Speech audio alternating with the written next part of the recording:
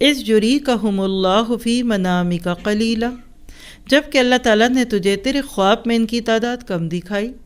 اگر ان کی زیادتی دکھاتا تو تم بزدل ہو جاتے، یعنی 0 پورے پڑھ لیتے تو تمہاری ہمت ہی نہیں تھی ہونی، ہے نا.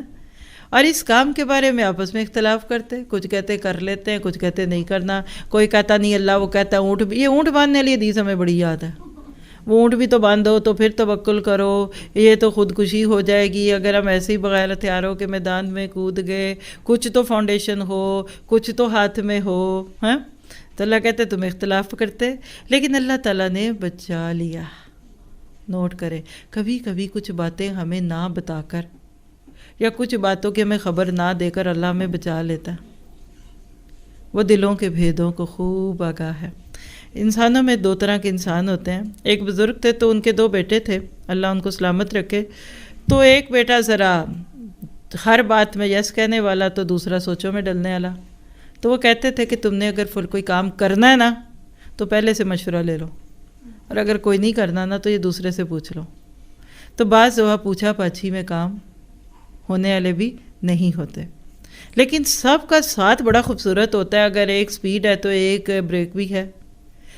آپ کی ٹیم میں ہر طرح کے لوگ ہونے چاہیے اور ان کی رائے کو ویلکم کہنا چاہیے. 1 مین شو سے اگر کام کرنے ہوتے تو ملکہ صبا بھی کر چکی ہوتی، اس نے بھی تو مشورے کیے تھے نا.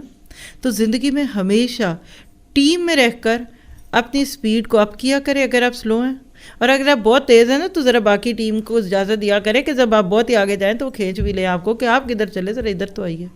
یہ تھے صحابہ. بلیو می، میں ایک جملہ جو بول رہی ہوں نا، صحابہ کے ایک عمل کو سامنے رکھ کر میرے دل سے نکل رہا ہے.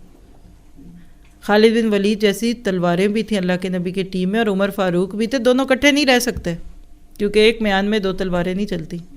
اور وہاں مسکین طبع لوگ بھی تھے، وہاں انٹلیکچوئلس بھی تھے، وہاں علم کا باپ حضرت علی بھی تھے. اور کیا اللہ کے نبی خوش قسمت تھے. میں تو سوچتی ہوں تو میرا دل کرتا ہے میں اللہ کے نبی سے کبھی جنت میں بیٹھ کے پوچھوں گی کیا لگتا تھا آپ کو اپنی ٹیم کے بارے میں، اور آپ کو اپنے یہ ساتھیوں کو آپ کے اس مشن میں راہی بن کر ان پہ پیار کتنا آتا ہوگا. یہ تو میں بھی جانتی ہوں کتنا آتا ہوگا، لیکن آپ سنائیں آپ کو اس وقت کیا پیار آیا ہوگا جب آپ کو خبریں ملتی تھی صحابہ کی کوششوں کی. ہم تو یہ چھوٹے 4 لفظ پڑھ جائیں تو ہمارے لیے تو یہ بھی بہت بڑی نیکی ہے، اللہ اس کو قبول کر لے. وہ تو جان ہتھیلی پہ رکھ کے جاتے تھے.